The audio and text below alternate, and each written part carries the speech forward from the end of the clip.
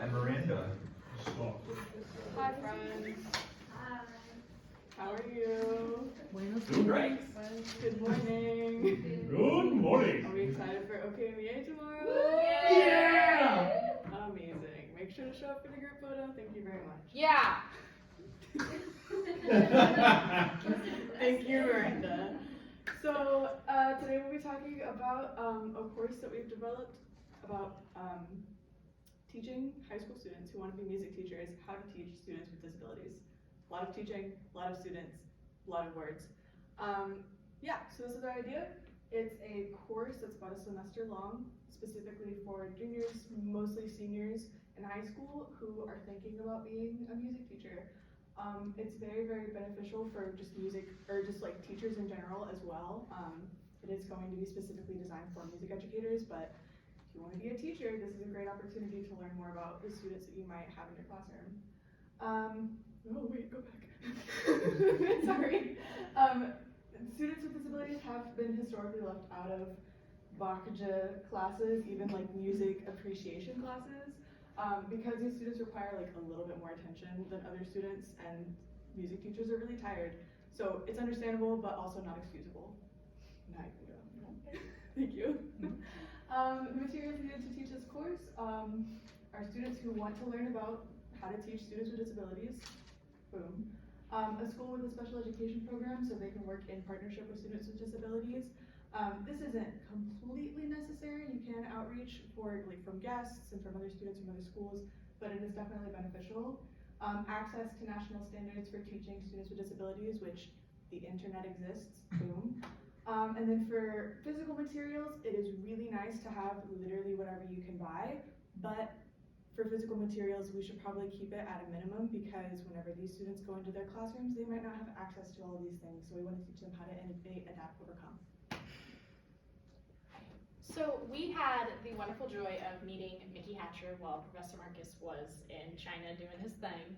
So when we had this idea, we decided to reach out to her because she has a lot of experience working with students who have disabilities.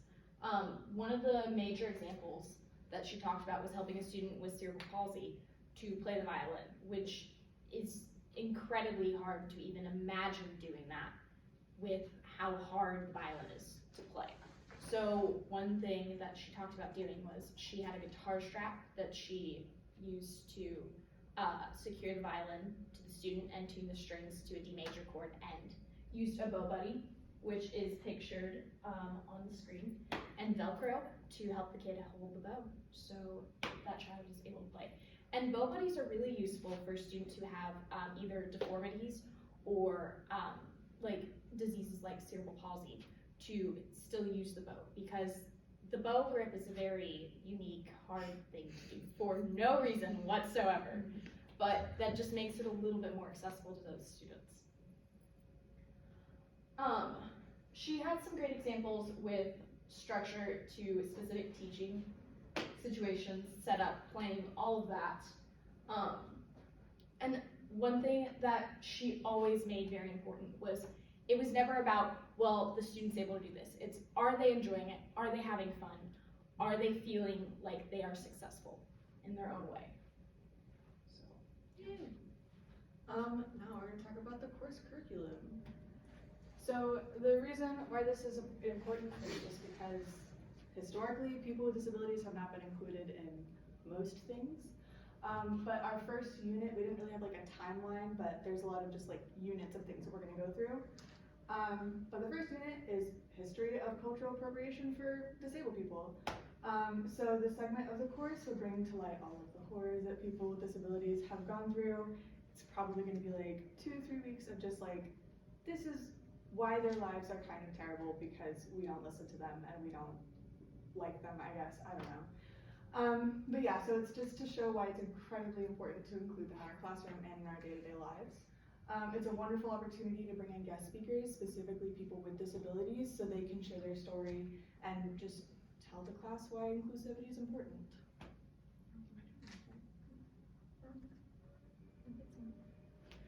So this section of the course is meant to show why this is so culturally significant.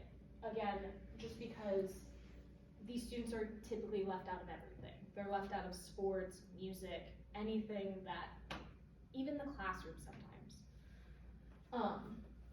But a lot of people don't realize that helping people with disabilities turns out to be a plus for people without these issues. Like for example, the entrance on 1R, you have button to press. the handicapped accessible doors, Yeah. wider doorways. All of that is actually very beneficial to other people as well. So it's just showing those little differences in the world. Even when you're walking on the sidewalk, and the sidewalk ends, how you have the bumpy part, it's a great signal to everybody. Kindness to people with disabilities is kindness to everyone. All right, and then we'll go on to talk about how to treat people with disabilities. There's a lot of really great resources on this online. So this section will talk about like, here's how to talk about people, here's how to talk to people, and like what words you're supposed to say, what words you're not supposed to say, because there's a lot of just like talk about that. And then there's also, this is a great opportunity for self-reflection with the neurotypical students in the classroom, because recently there has been a lot of just like self-diagnosing, like I have autism, I don't work the same as everyone else, which if you think you have autism and you want to get diagnosed, that's great, but sometimes if you use that as an excuse for yourself, it's damaging to people with disabilities. And my big motto is, it's a reason for why you act the way you act, is not an excuse for you to be a terrible person. And some people are using it as a reason to be a terrible person. So this is a great opportunity for some self-reflection. And then these wonderful resources, if they will, oh, hello, good morning. Yeah, so, I can't read. So this is a great resource. It's the Texas Health and Human Services. This isn't just to do with people with disabilities. This is like how to talk about old people and how to talk about like impoverished people. But don't call them impoverished, call them people living in poverty. Call them unhoused, or people who are unhoused, not homeless people. So this is a great just thing to have in your back pocket. And then there's another link to another thing that is also really cool. If it'll load, Miranda has like 1 billion tabs open. I'm so sorry, I had to call you out on that. I'm not Dang, that's okay, not cool. Girl. Okay, well the other link, if it'll load, click on all of the tabs. It just disappeared. Okay, click to exit full screen. Boom. Hey! Yay! Okay, yay! Can you click on that? Okay, thank you. Break my computer. So this is the Texas, what's it called? I'm so sorry. Just get out of the way. Texas Council of Developmental Disabilities. It's a great resource. This is Developmental Disabilities 101, and it's basically just talking about what the Texas Council of Developmental Disabilities is doing. It's talking about respectful and inclusive language, and there's also a movement on plain language basics, which is simplifying words so people with disabilities can actually understand them. And this link right here, that's People First Language, is a great PDF. It's also in Spanish. It's a great PDF to have. Can you click the top one? Thanks. It's a great thing to have. You can print it out, put it in your classroom, and it's literally just like, here's how to talk about people with disabilities, not that. That's not good. But yeah, so it's a great resource to have as a teacher, as a person, as a human, as a student who has friends with disabilities. It's a great resource as well. And I highly, highly recommend going to this website and like looking more into that just for you guys.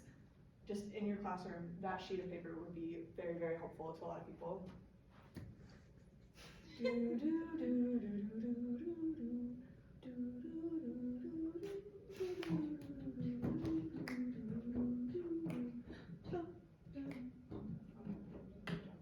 How many tabs do you have?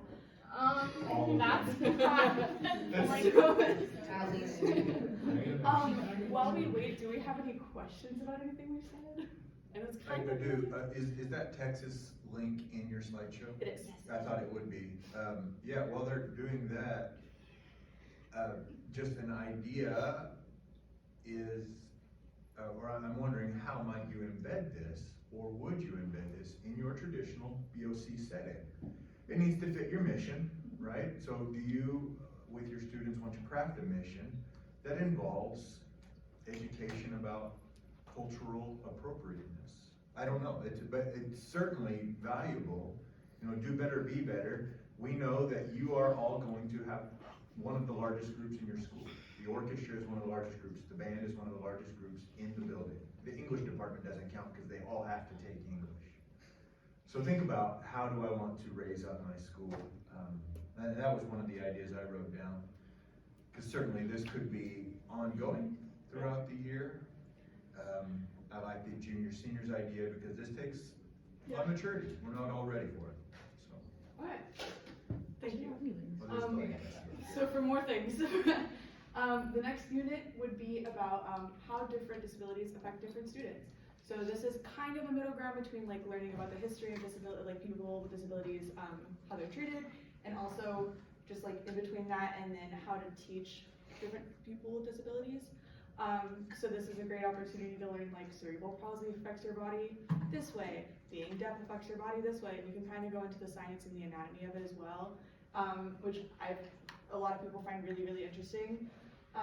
So this is definitely, it can like bring in the science aspect of that. We love women in STEM, people in STEM, humans in STEM, I don't know, we love STEM. But yeah, and then this section is built so the neurotypical students can find ways to relate to their friends and their students and their teachers, hopefully, who have disabilities. It also helps them learn more about the everyday lives of people with disabilities and generally gain a more in-depth understanding of why inclusivity is important. More things. So the next unit is gonna kind of go over practical examples of disabled students in a music classroom. So it's gonna go over some of these disabilities that we've listed, and just kind of give more background on those, because a lot of times you don't really know a student with disabilities is gonna be in your classroom until like first day of school, here we go. So it's just gonna give a lot of these, it's gonna give these future teachers a lot more resources on how to work with this and what they can do, what maybe they can't do. Another thing that's gonna be very important with this is these students' IEPs, because that will also help that future teacher to know more about what they can and can't do. You have to learn more about your student before you can teach them. This unit will also be a little bit more example based.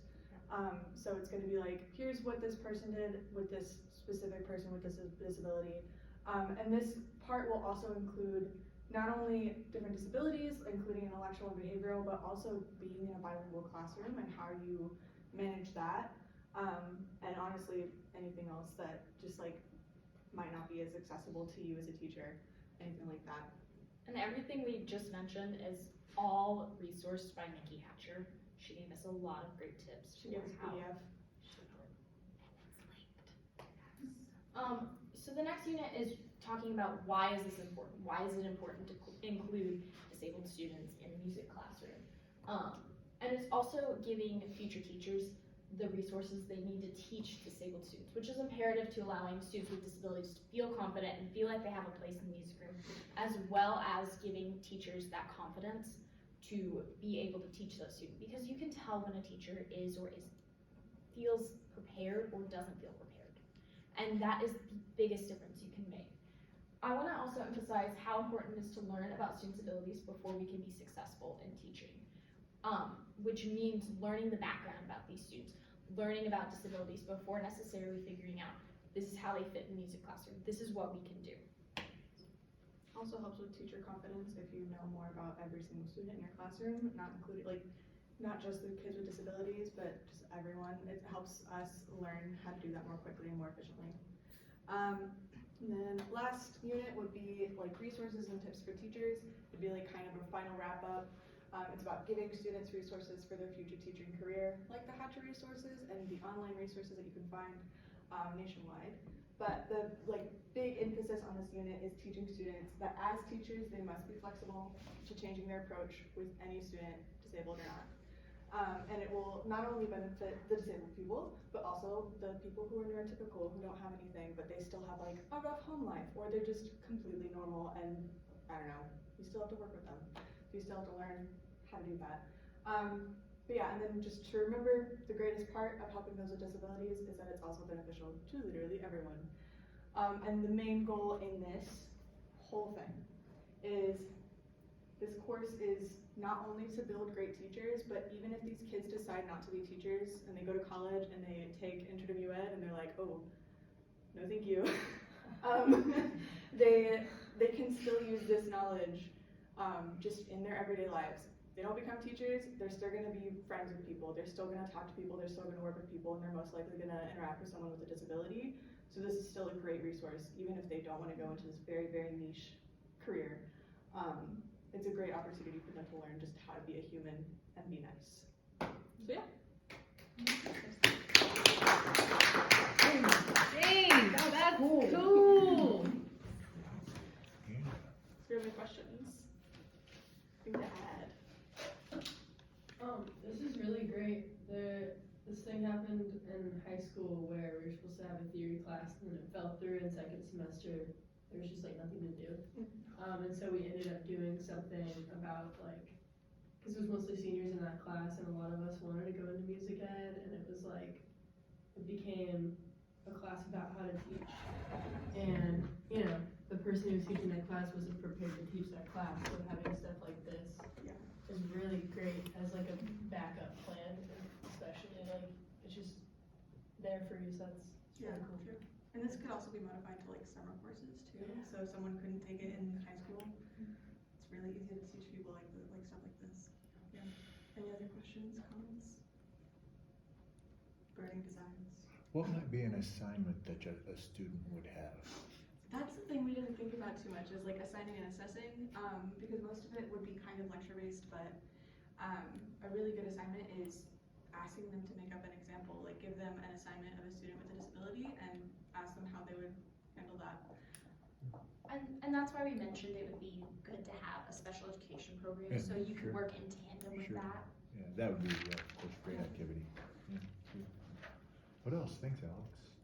The Bow Buddies, is Yeah. that what it's called?